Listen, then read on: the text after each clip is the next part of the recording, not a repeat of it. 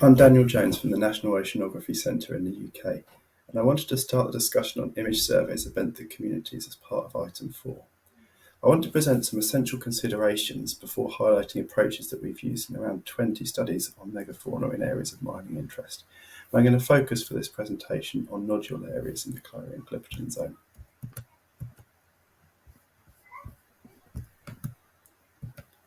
I wanted to start with a quote from a highly cited paper on seabed imaging. Know your objectives and be clear of what questions you are asking. And this highlights what in my mind is the most important consideration for imaging surveys, why you want to do it. So what are some common reasons? Even just in the ISA recommendations, there's lots of possible questions, and there's more detail in the upcoming guidance documents. I'm not going to read them all, but it's clear there's a lot of variability in the questions being asked of images, even between two main areas of documenting the natural conditions and monitoring to ensure that no serious harm is caused in the marine environment from activities.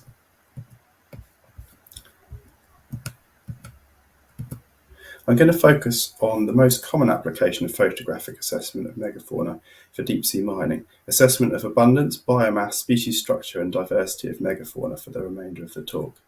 Even this isn't just one question, but many. However, given the similarities of assessment, it's possible to have just one approach that addresses everything. This question is one of community ecology, which is an inherently quantitative discipline. To be able to make inferences about the area under investigation and assess differences between areas, we need to meet at least 3 primary methodological requirements to get robust data. We need to obtain unbiased estimates of the sample population we're investigating. We need to obtain consistent results that are comparable between and within surveys. And we need to obtain results at the appropriate level of accuracy and precision for the assessments required. These requirements lead to more specific requirements for any imaging survey. For unbiased estimates, we need to get appropriate sampling designs to identify the sampling population, obtain unbiased estimates of the sample population, and ensure that we get independent data. To get consistent data, they need to be comparable between and within surveys. So we need to make sure that there's a consistent size of organisms included as megafauna. We typically use 10 millimeters. We need to make sure there's a consistent taxonomic resolution, whether things are identified at morphospecies level or at higher levels of organisation. And we need to make sure that morphospecies have consistent names and comparable with other data sets.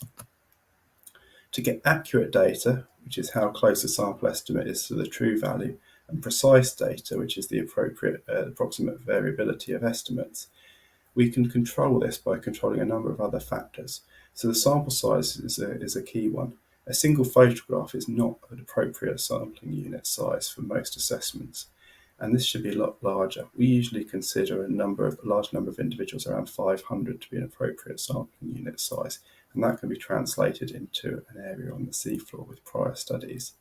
We can control the number of replicates, and this leads to considerations of statistical power, and these things are different for different parameters. Once the previous requirements have been clearly documented, it makes it considerably easier to make decisions about how to go about an imaging survey. I'm going to briefly touch on some key areas and potential solutions that we've used to stimulate discussion. As it should be clear, there's lots of approaches that can work, but they always need to be considered in the framework of the methodological requirements. Many of the factors listed on this slide are linked.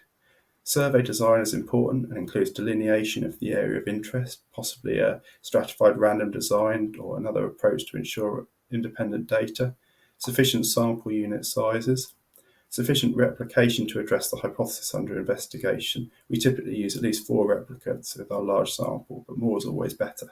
We've successfully used a range of platforms from ROVs to AUVs to towed cameras. They've all got their pros and cons, but most importantly, they should be able to obtain good pictures and lots of them. The pictures themselves, and we recommend still pictures, need to be good quality and of sufficient resolution to identify the megafauna at the size stated. At the 1 centimetre cutoff, we think it's need at least 40 by 40 pixels to identify a megafaunal organism consistently. A good annotation platform helps greatly, enabling good data collection and, most importantly, continual quality control.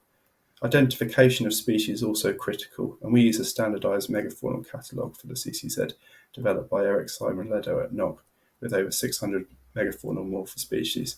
This is under continual development and is available on request. I hope this gives a flavour for some of the things that we can discuss and it sets up for a good discussion. Thank you.